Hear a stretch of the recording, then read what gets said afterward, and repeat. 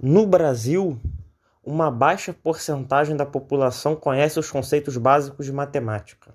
Baseados nisso, escolhemos o tópico 4.6 do Objetivo 4 para debater a respeito do ensino e aprendizagem da matemática no país. É fundamental o debate sobre este assunto tão importante, pois um país como o Brasil não pode ter tantos problemas na educação, que é a base de qualquer país e sociedade. Estes números ruins geram inúmeros malefícios à população, sendo muito importante uma mudança neste cenário para uma educação mais qualificada, possibilitando os alunos compreenderem melhor as matérias e gerar uma melhora de nossa sociedade.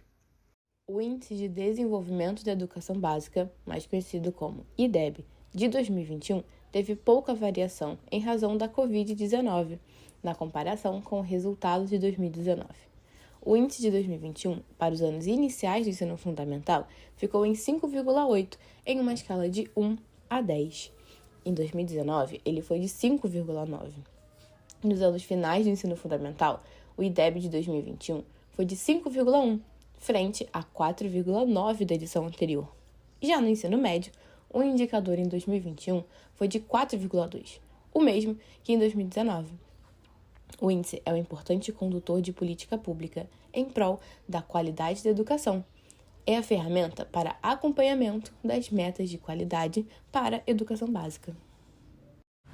De acordo com o IDEB, no Brasil, 11 em cada 100 alunos que cursaram o ensino médio na escola pública durante o ano de 2021 não foram aprovados em matemática ou português. O que seria o IDEB e como funciona? O IDEB é o Índice de Desenvolvimento da Educação Básica no Brasil, e ele é calculado a partir dos dados sobre a aprovação escolar obtidos no censo escolar e das médias de desempenho no sistema de avaliação da educação básica.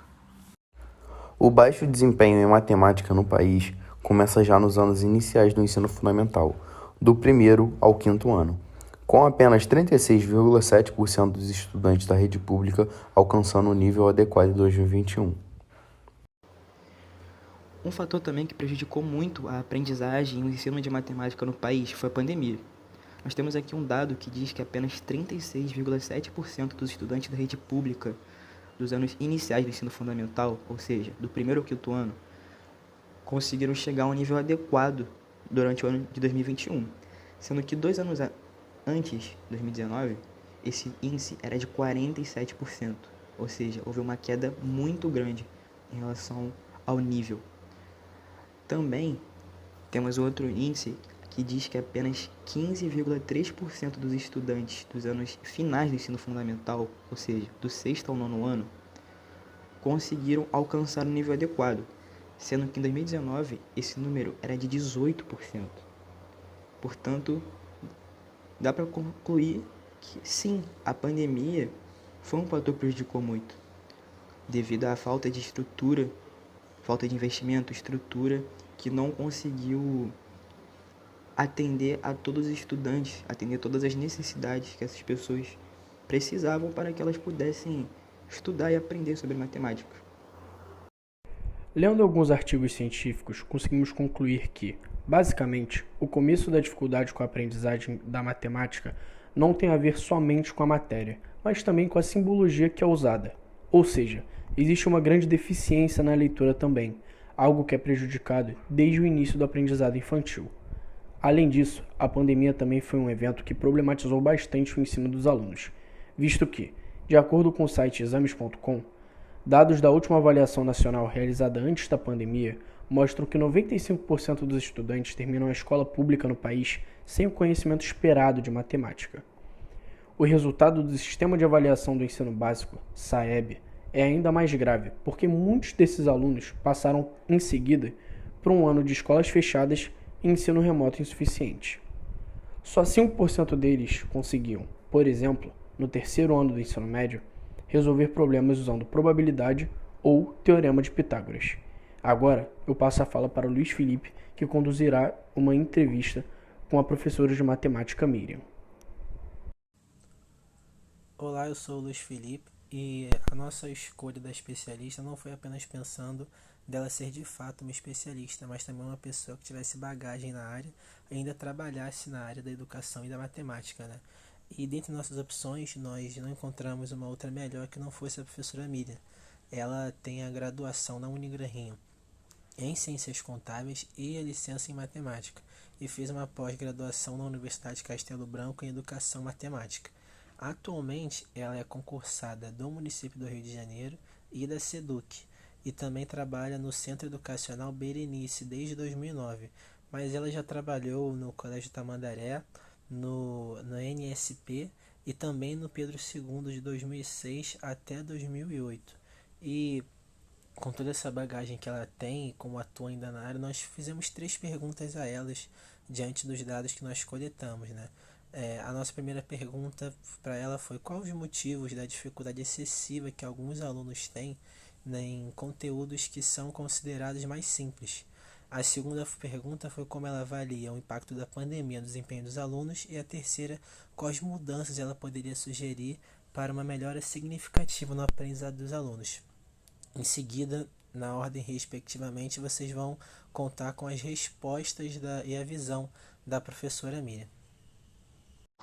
Na minha visão, a primeira coisa que o aluno tem que entender é que estudar não é uma punição. A dificuldade excessiva é o desinteresse, tá? O aluno não tem interesse pelo estudo tanto em sala quanto em casa. Os alunos não estudam em casa o que é ensinado na escola, por isso não conseguem reter os ensinamentos que lhes são transmitidos.